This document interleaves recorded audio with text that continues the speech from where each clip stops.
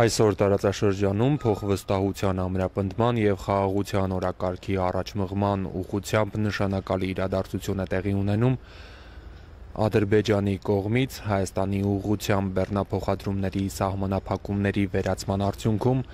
Հայաստան է ժամանում Ռուսաստանից մատակարարված հացահատիկը տեղափոխող գնացքը, որն անցել է Ռուսաստանի, Ադրբեջանի և Վրաստանի տարածքով և հիմա հատում է Հայաստանի սահմանը։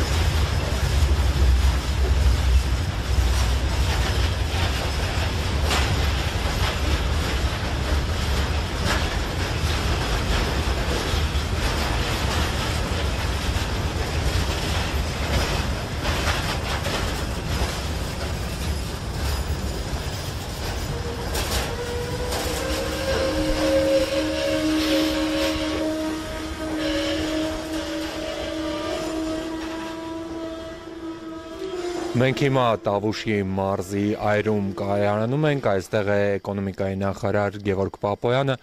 Պարոն Պապոյան, ինչ իրավիճակ է փոխվում այսպիսով Հայաստանի տնտեսական միջավայրում։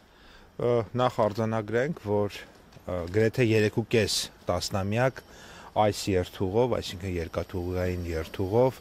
Ադրբեջանի տարածքով Հայաստան բեռներ չէին տեղափոխվել եւ իհարկե հակառակ ուղղությամբ էլ չեն գնացել եւ այդ առումով այսօր պատմական օր է ռուսական ցակման ծորենը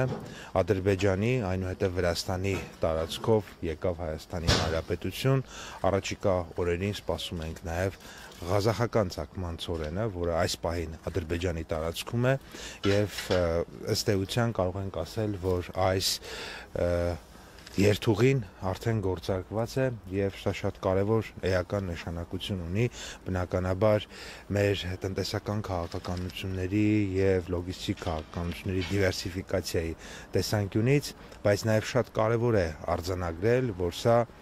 օգոստոսի 8-ին Վաշինգտոնում հաստատված խաղաղության գործնական արտացոլումն է արդեն հողի վրա եւ տնտեսական առաջին ըստ էության արդյունքներից մեկը եւ բնականաբար մենք հույս ունենք, որ այս process-ը զարգացում կապրի եւ բնականաբար ինչպես խաղաղությանը, այնպես էլ խաղաղության ուղեկցող բոլոր տնտեսական նախաձեռնությունների նկատմամբ պետք է շատ զգուշությամբ վերաբերվենք, որպեսզի դրանք բազմապատկվեն, մեծանան, հզորանան եւ դրանով նաեւ բնականաբար մեր պետության դիմակայունությունը ավելացնենք։ Ինչ խմբականակի մասին է խոսքը։ Սա 15 վագոն բեռ է, որը մոտ 1000 տոննա է, սա առաջին հատն է եւ բնականաբար հաջորդ ղազախական խմբականակը, որը կգա, նույնպես այդքանը էլի 1000 տոննա եւ 15 վագոն։ Շնորհակալություն Պապոյան։ Մենք աշխատում ենք այրում կայարանում։